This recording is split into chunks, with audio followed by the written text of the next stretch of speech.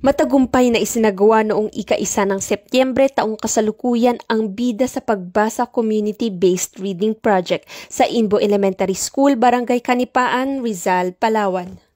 Pinangunahan nito ng mga tauhan ng Rizal Municipal Police Station sa pamumuno ni Police Staff Sergeant Felix A. Ponciano Jr. sa ilalim ng tuwirang superbisyon ni Police Captain Nolly S. Vergara.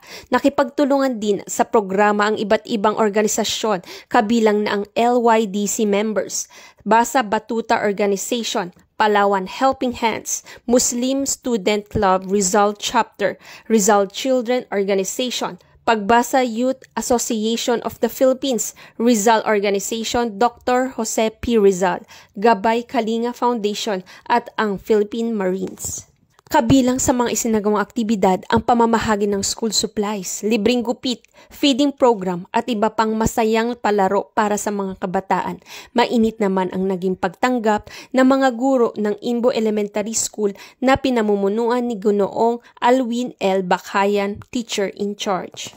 Ipinahayag ng Rizal Municipal Police Station at mga katuwang ng organisasyon ang kanilang pasasalamat sa lahat ng mga sponsor na tumulong upang maging matagumpay ang proyekto. Natapos ang programa na may positibong resulta, nagbigay saya at nag-iwan ng inspirasyon sa mga kabataan at kanilang pamilya.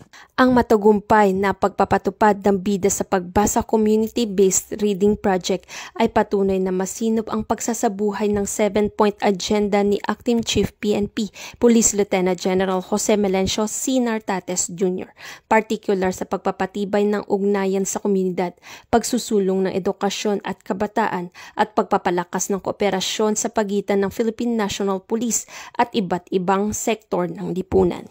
Sa pamamagitan ng mga proyektong tulad nito, higit na nagpapatunay na ang kapulisan ay hindi lamang tagapagpatupad ng batas kundi katuwang din sa pagbibigay ng kaalaman, kalinga at serbisyong makatao.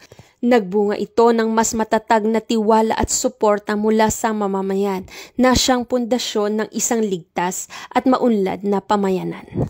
Mula dito sa Palawan Police Provincial Office, ako ang inyong PNN Correspondent Patrolwoman Eloisa Joy Beredo, alagad ng batas, tagataguyod ng balitang